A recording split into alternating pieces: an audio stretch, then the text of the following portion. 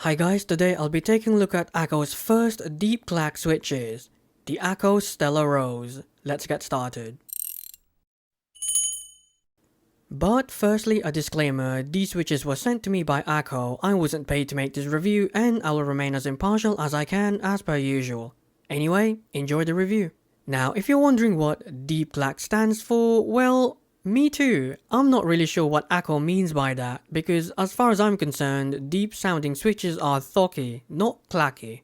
Additionally, these look a bit like the Akko POM pink switches, but the rose switches are actually more pink in color compared to the POM pink. Now, pricing wise, these are $11.99 for 45 switches on Akko's website, placing these in the budget range. And this is what they look like when disassembled. Feel free to pause the video. Now, let's move on to the switch characteristics.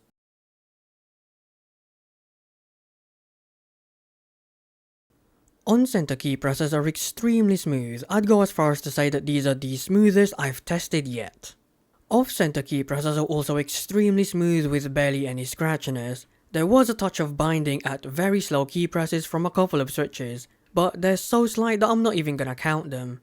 Overall, I've reviewed over 100 switches now, and these are by far the smoothest I've tested. So far anyway. 10 out of 10.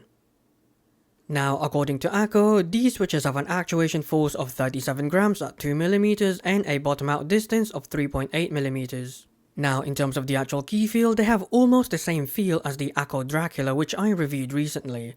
Also, they have very similar specs, with the Dracula only being 2 grams lighter. Additionally, they're very consistent. I'd go as far as to say that these are Akko's most consistent switch yet. Overall, whilst they're super consistent, I'm not a fan of lightly weighted switches such as these. 4 out of 10. Now, if quietness is what you're looking for without any of the mushiness from silent switches, then this is probably the right switch for you. These are the quietest, non-silenced linear switches I know of. Overall, if this is what Akko means by deep clack, then I'm not a fan, but it could have been worse. 6 out of 10. Now, take a listen and enjoy.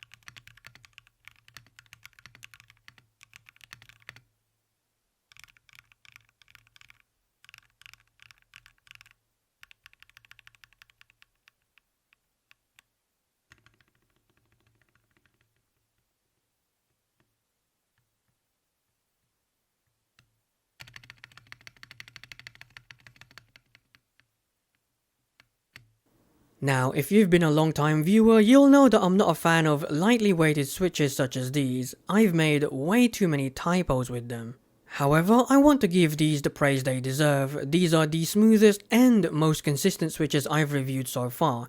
I'm not sure if this is due to HMX being the manufacturer, but whatever it is, it's working to perfection. Overall, if you're looking for the smoothest, most consistent, lightly weighted switch, here it is, you've found it. It's not for me though. 4 out of 10. Now, unlike typing, I was slightly more comfortable using these for gaming. Performance-wise, they were very impressive in both fast and slow-paced games. Both their smoothness and consistency were top-notch, and I genuinely believe these should be the next performance standard. Despite that, however, I personally wouldn't use these given its light weighting. I just know I wouldn't be 100% comfortable with them. But if Akko made a heavier version, well, that's a different conversation.